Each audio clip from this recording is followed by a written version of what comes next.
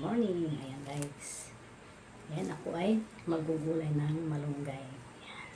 Ito ang aming ulam mamaya tanghali. Lagyan ko na siya ng sibuyas at kamatis. Alam niyo ba guys, kung anong benepisyo ng malunggay sa ating katawan? Ayan. Ito ay maraming vitamins.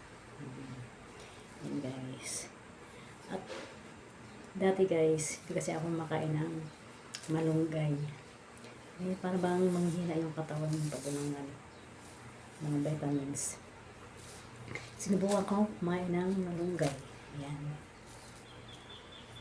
Ayan guys, nung nakakain ako ng malunggay, masigla ang katawan mo guys. May energetic ka. Ayan. Totoo yan guys. Totoo yan. Kailangan natin magkakain ng mga gulay. Tulad ng malunggay. Maraming benepisyo ang malunggay. Totoo yun. Okay guys. Tara, kain-kain ng malunggay. Pero masarap to guys pag may pritong isda. Kaya may magsasabaw pa ng isda. Ihalo mo to guys.